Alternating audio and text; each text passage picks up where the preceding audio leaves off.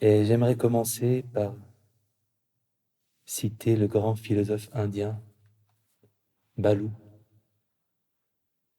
qui, dans son œuvre maîtresse, le livre de la jungle, dit « Il en faut peu pour être heureux. Oui, vraiment peu pour être heureux. »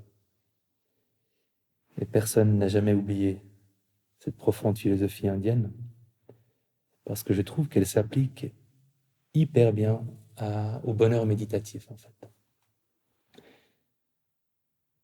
Parce que le bonheur méditatif, c'est un bonheur qui n'a pas besoin de grand-chose pour exister, qui se nourrit de choses très simples, et qui en même temps tient bon même quand il y a des vents contraires. Donc, c'est un bonheur qui tente à être indépendant des circonstances. Et c'est ça que j'aime beaucoup dans le bonheur méditatif. C'est qu'on n'a pas besoin que les conditions soient exactement comme on aimerait qu'elles soient pour se sentir bien. Ce n'est pas une ligne d'arrivée qu'on atteint. Le concept de nirvana est tant un piège dans les traditions spirituelles. Pour cette raison-là, c'est que c'est défini comme un but ultime à atteindre. Il faudrait tout de suite ajouter que, en se rapprochant d'un idéal, on se sent de mieux en mieux aussi. Donc, c'est pas seulement qu'il faut passer de la quête désespérée à l'accomplissement comme ça d'un coup, c'est que chaque étape qui nous rapproche de cet idéal nous rend plus heureux. Et curieusement, plus je vieillis, plus j'arrive à la conclusion que on ne s'en rapproche pas en ajoutant des choses, on s'en rapproche en se débarrassant petit à petit de tout ce qui est inutile et encombrant. On a tous, je crois, des blessures et des vulnérabilités, parfois très anciennes, autour desquelles on a construit des façons de penser et des façons de faire qui nous rendent malheureux, en fait, même si elles ont eu, il y a très longtemps, leur raison d'être. Par exemple, moi, il y a très longtemps, j'avais découvert que la nourriture pouvait me servir à oublier mes chagrins, et je l'ai tellement utilisée pendant longtemps, cette découverte, que j'en avais un peu oublié à quel point c'était bon de simplement manger. Et c'est les retraites méditatives qui m'ont permis de redécouvrir ce plaisir-là, de juste fermer les yeux et apprécier chaque bouchée, comme une bouchée de pesto à l'huile d'olive et aux herbettes étranges, ou des probiotiques coréens étonnants dans un petit bol. Donc, le processus méditatif par rapport au bonheur qu'il nous apporte, pour moi, c'est beaucoup de désapprendre des choses inutiles et parfois nuisibles, et réapprendre les choses essentielles qu'on a graduellement perdues de vue. Parce que la première fois qu'on a par exemple un plaisir gustatif, c'est une chose absolument merveilleuse. Surtout quand on est enfant, je ne sais pas si vous avez des souvenirs, j'en ai quelques-uns. J'ai l'omelette au persil de ma grand-mère, fondante et nuageuse comme ça. Et j'ai le souvenir de ma fille, je vous avais sûrement déjà raconté cette histoire, qui avait mangé son premier bonbon. Parce que, en tant que parent bobo, on ne lui avait pas donné de bonbons. Et peu avant l'âge de 3 ans, tardivement, à l'occasion d'un mariage, tout à coup, je la vois venir vers moi avec des yeux immenses, des yeux de fanatique, et un sourire jusqu'aux oreilles qui me dit « Papa, il y a une dame qui m'a donné un truc, ça s'appelle... » Elle essayait de retenir le nom parce qu'il fallait absolument savoir d'où ça venait. « Bonbon !» Et, pas de doute, c'était une expérience extrêmement agréable. Et ce rapport-là, jubilatoire à ce qui est bon, on le perd quand on se met à utiliser ce qui est bon pour anesthésier, oublier un chagrin. Un autre truc qu'on réapprend, on réenchante le monde. Enfant, moi j'ai des souvenirs du spectacle de la neige qui tombe, où j'essayais de voir le flocon le plus éloigné, le plus haut dans le ciel, à travers les couches, les rideaux de flocons qui tombaient. Et le simple fait de regarder les flocons, c'était génial, c'était très beau. Et après, ben, la neige, par moments, devient le truc qui empêche la voiture d'avancer, qui bloque la route. Ah, il y a encore de la neige. Et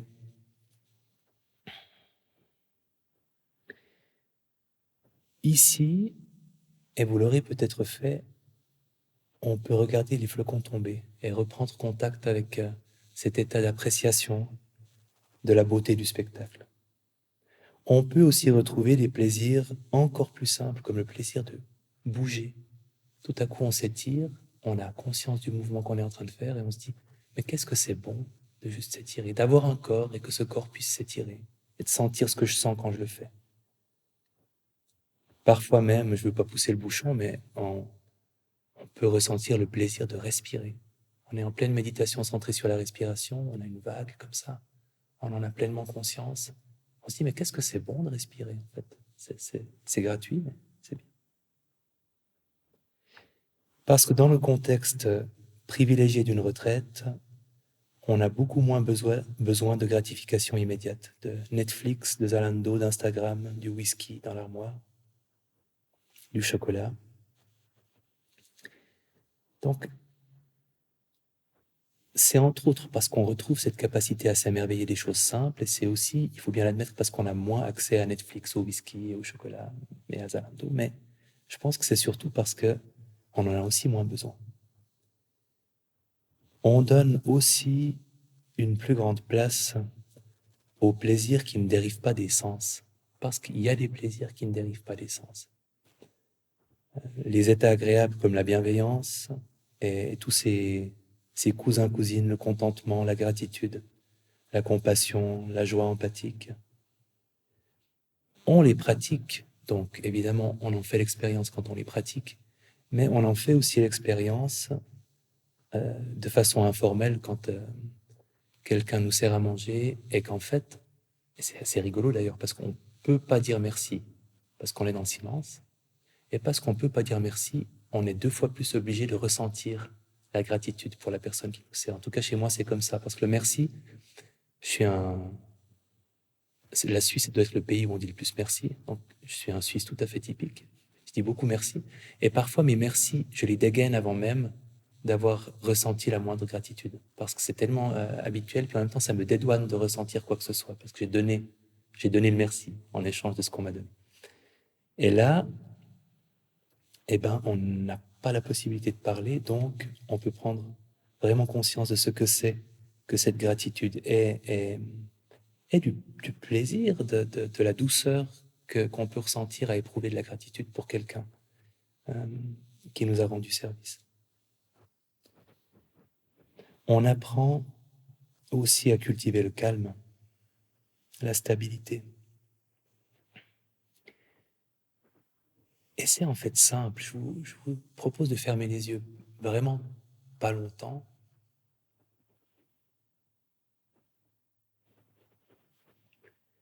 Et de prendre conscience de la respiration.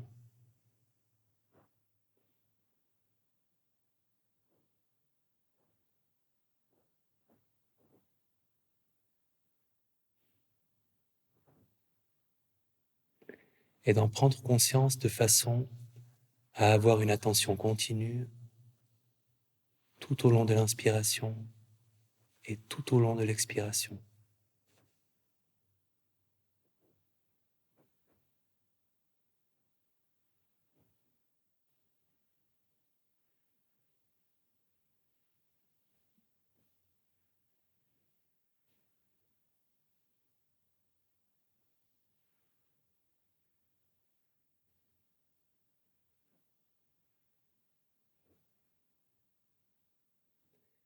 Et là, vous avez eu des moments de stabilité, des moments de calme. Si vous avez fait l'expérience, ne serait-ce que d'une inspiration, où vous aviez conscience de la sensation du début à la fin de l'inspiration, c'était un moment de stabilité, c'était un moment de calme. Souvent, on se dit qu'il faut du temps pour obtenir le calme, pour atteindre un état de calme. Qu'après 20 minutes de méditation, ça commence, ou 25, ou 30. Et en fait, c'est là tout de suite. C'est là tout de suite, mais comme c'est interrompu par moments, par d'autres pensées, on s'en rend pas tout de suite compte.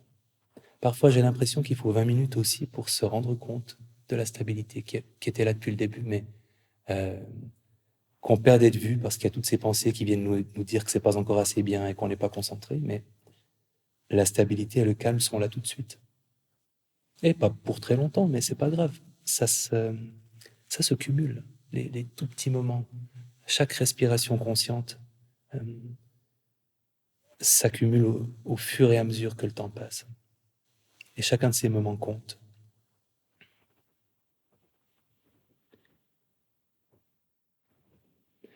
En nous débarrassant des ruminations qui ont pris leurs aises au fil du temps chez nous, on apprend aussi à être de moins en moins facilement submergé par les émotions difficiles. Comme Rumi ne l'a pas tout à fait écrit dans son célèbre poème L'Auberge, traite chaque hôte honorablement, même cette colère qui casse le mobilier ou cette angoisse qui reste enfermée dans les toilettes, mais ne leur propose pas de rester une nuit de plus, parce qu'il ne faut pas exagérer non plus. Il n'a pas tout à fait dit ça, mais c'est l'esprit. Laissez les émotions nous visiter et les laisser repartir. Tout comme les yogis qui occupaient cette salle sont arrivés et sont repartis. Ainsi, les émotions arrivent et repartent. Et il faut garder toujours la porte ouverte pour être sûr qu'elles puissent repartir.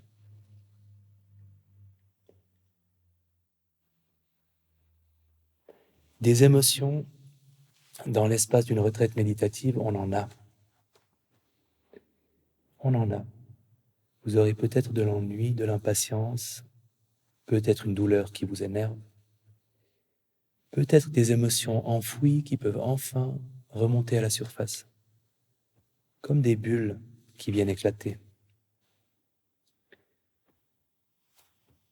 On a des hauts, on a des bas. Les hauts peuvent être très hauts, les bas très bas. Ça fait partie de l'expérience d'une retraite. Les émotions sont magnifiées dans une retraite. Et c'est normal. Et quand on est face à une difficulté, eh ben c'est là que la pleine conscience est la plus utile. Parce que elle a cette étonnante caractéristique qu'elle est comme la moufle du conte russe. Cette moufle, je ne sais pas si vous connaissez le conte, si vous connaissez, il ne faut pas raconter la fin, parce que je vais m'arrêter avant la fin. Il y a une moufle abandonnée dans une forêt. Et il y a d'abord un premier animal, genre une petite souris, qui se dit « Ah, c'est chic, je vais avoir chaud parce qu'il fait froid », et elle se met dans la moufle. Et ensuite, il y a un autre animal, on va dire qu'il y a un renard qui la rejoint, et puis après, il y a un faon, et puis après, à la fin, il y a un ours. Et la moufle continue d'accueillir tout ce beau monde de la forêt, d'avoir un espace apparemment infini, presque jusqu'à la fin de l'histoire. Et la pleine conscience est un peu pareil. Il y a de la place pour toutes les émotions, il y a une place infinie, mais à une certaine condition. Et là aussi, j'aimerais revenir à cette idée que c'est surtout de revenir à des qualités qu'on avait il y a longtemps et qu'on a oubliées. Pour être en pleine conscience de ce qui est difficile, il faut redevenir cet enfant qui observe quelque chose avec beaucoup d'intérêt pour la première fois. Et la sauterelle, c'est peut-être parce que j'ai les souvenirs de sauterelle, c'est toujours ce qui me vient à l'esprit, mais un enfant qui voit pour la première fois une sauterelle et qui a les yeux comme des billes, la bouche ouverte, et qui détaille cette expérience, c'est l'expérience sauterelle pour lui. Il a une curiosité infinie, il remarque des choses qu'on ne remarque même plus. Et voilà, quelques semaines plus tard, on lui dit « Ah, t'as vu, il y a nous une sauterelle ?» En s'attendant à ce que le miracle se reproduise, il dit « Ah ouais, tiens, une sauterelle. » Donc, ça se perd vite. Et nous, on cherche à reconquérir cette curiosité-là et à l'appliquer à tout, y compris, alors, pour notre plus grand plaisir, on peut l'appliquer à la neige et aux probiotiques coréens, mais on peut aussi l'appliquer à ce qui est inconfortable dans une retraite. Et quand on le fait, cette curiosité va révéler deux choses. La première, c'est que tout ce qui nous arrive est impermanent, y compris ce qui est très désagréable. Ça aussi, ça va passer. Le confort va passer, l'inconfort va passer, la concentration va passer, la déconcentration, la somnolence, la lucidité, l'agitation, le calme, le rejet, l'acceptation, le doute, la confiance, l'anxiété, la joie, la tristesse, l'envie de rentrer à la maison malgré la neige, l'envie de passer toute votre vie ici à vous gaver de probiotiques. Tout va passer. Tout passe. Et quand vous vous dites, oui, mais attention, là, ça ne passe pas, et généralement, c'est en lien avec une douleur physique ou une douleur morale, comment fait-on? On retrouve cette curiosité de l'enfant face à la sauterelle et on se dit, ok, cette anxiété, c'est quoi exactement? Et pour être sûr qu'on l'attrape par la patte, on prend conscience de la sensation liée à l'anxiété et on se saisit de cette expérience par ce qu'elle a de plus facile à observer. Parce que les pensées qui fluctuent, l'histoire qu'on est en train de se raconter, c'est difficile de l'attraper. Et quand on le fait, eh ben on réalise que cette boule dans la gorge ou ce nœud à l'estomac, il est déplaisant, et on peut remarquer qu'il est déplaisant, mais on remarque aussi qu'à l'inspiration, il est un peu plus intense, à l'expiration un peu moins, que là, il a un peu bougé, que quelque chose se relâche quand on y met un peu de volonté de détendre à l'expiration. On réalise que ça change. Et quand on réalise que ça change, on n'est plus très loin de réaliser que ça va passer, parce que c'est le début de cette réalisation-là. Et ce qui est magnifique, c'est que quand, en même temps qu'on réalise que l'anxiété est un truc changeant, impermanent, qui va passer, on réalise aussi que du coup, la présence qu'il observe, cette capacité en nous, qui observe cette émotion, qui observe ce ressenti, elle ne change pas. Parce que c'est bien pour ça qu'elle peut observer en continu toutes ces choses qui changent, c'est qu'elle a quelque chose de permanent, elle est toujours là. On oublie qu'elle est là parfois, c'est ça tout le problème, on oublie souvent qu'elle est là, mais elle est toujours présente. Elle est toujours à disposition. Et c'est la source d'une très très grande sécurité. Quand on réalise que cette capacité à observer, cette présence observatrice en nous, elle est toujours là, qu'elle est toujours à disposition, on a comme une espèce de safe place intérieur, comme disent les psychothérapeutes, un endroit sûr dans lequel on sait qu'on peut aller. Ça, c'est un des deux aspects de révéler l'impermanence. Quand on se sent submergé par une émotion désagréable, c'est qu'on a perdu de vue qu'elle était impermanente. Et on rétablit la conscience de cette impermanence en s'intéressant aux émotions physiquement. Mais l'autre chose qui se passe quand on retrouve cette curiosité de l'enfant, c'est qu'on perçoit que ce qui nous arrive n'est pas qui nous sommes. Et j'aimerais citer à nouveau, justement d'ailleurs, et c'est pas un hasard, la petite fille gravement malade du cœur dans le documentaire à laquelle on demande mais comment ça va et qui dit mais moi ça va très bien, c'est mon cœur qui est malade. Hein. Et c'est exactement ça, c'est ce qu'elle fait quand elle fait ça. C'est extrêmement libérateur et c'est aussi presque un résumé de l'autre moitié de la pratique méditative. Il y a l'impermanence et il y a ça, la désidentification. On vit des pensées, des émotions, des sensations parfois plaisantes, parfois très déplaisantes, mais on n'a absolument pas besoin d'en faire une partie de notre identité. On peut les observer, ça nous arrive, ça passe, ça monte, ça descend, ça repart. C'est pas une partie de notre identité.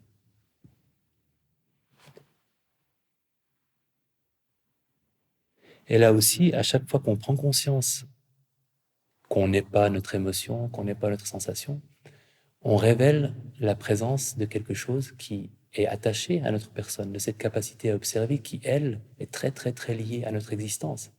Parce que tant qu'on vit, on peut observer. On a cette présence observatrice en nous. Elle ne nous quitte jamais. Alors que les émotions, même les plus intenses et les plus désagréables, elles nous quittent toujours. Et elles ne font pas partie de qui nous sommes, alors que cette présence-là fait indiscutablement partie de qui nous sommes, puisqu'elle sera toujours là.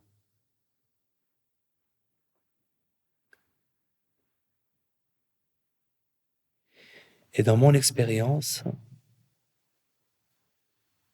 prendre conscience du corps peut nous aider à rétablir cette conscience de l'impermanence et de la désidentification.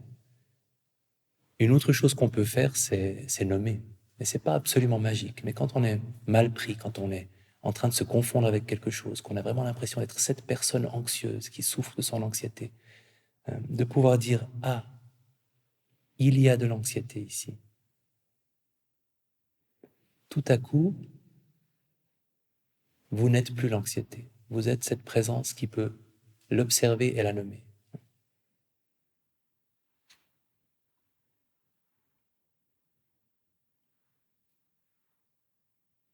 Généralement, les difficultés qu'on rencontre, et je vous souhaite de ne pas en avoir du tout pendant cette retraite, mais quand on en rencontre, en tout cas dans mon cas, ça correspond toujours à des choses que je ne percevais pas du tout, simplement.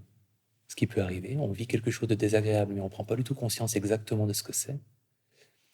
Ou alors que je me rendais bien compte de ce que c'était, de quelle émotion c'était, de quelle histoire je me racontais, mais où j'avais la plus grande difficulté à pas en faire quelque chose qui me concernait et à pas en faire quelque chose qui était permanent. C'est vraiment ça. Euh, si, si ça fait partie de nous, là on souffre vraiment. Et si ça redevient quelque chose qui nous traverse et qui est là, qui est là maintenant, mais qui va passer et changer, on se sent mieux. On est allégé d'une bonne partie de l'impact de l'émotion. Pas tout, mais une bonne partie. Évidemment, on a un idéal duquel on se rapproche à petits pas. Hein, c'est pas un but à atteindre, mais ça fait longtemps que j'ai plus joué au tennis, mais j'ai joué au tennis pendant une trentaine d'années, sans avoir jamais la moindre illusion d'être un jour Roger Federer, mais j'aimais avoir l'exemple de Roger Federer. Oui, je l'appelle Roger. Eh ben, c'est pareil pour la méditation, j'aime bien avoir Mae Chi Kyu. Et Mae Chi Kyu, cette nonne thaïlandaise reconnue dans sa tradition méditative comme ayant atteint l'éveil, nous décrit son expérience avec ces mots.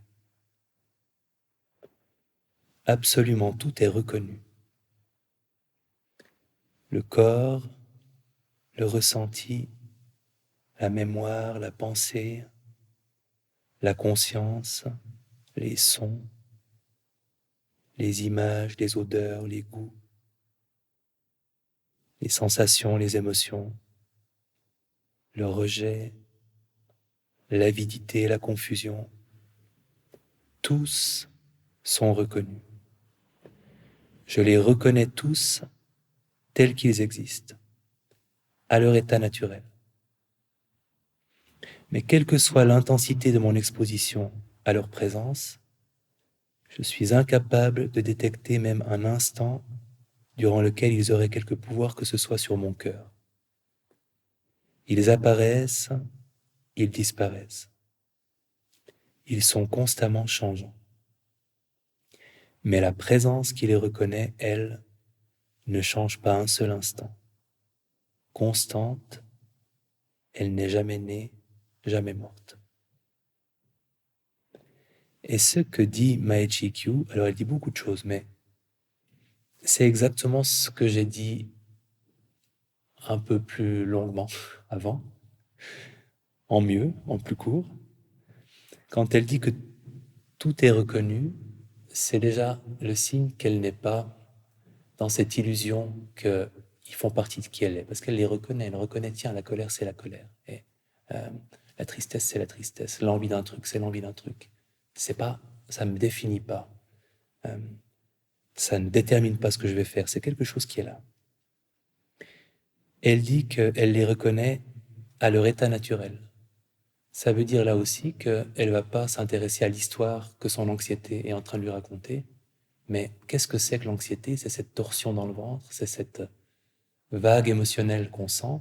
Euh, c'est ça l'état naturel. L'histoire qu'on ajoute, le fait c'est un problème que je sois anxieux, pourquoi je suis anxieux, pourquoi est-ce que je serai toujours anxieux, depuis quand est-ce que je suis anxieux, est-ce que c'est la faute de mes parents si je suis anxieux? À l'état naturel, c'est juste une vague, avec un ressenti physique, un ressenti émotionnel, quelques images, quelques paroles, euh, et c'est tout. Et on peut laisser une émotion n'être que ça, monter, redescendre.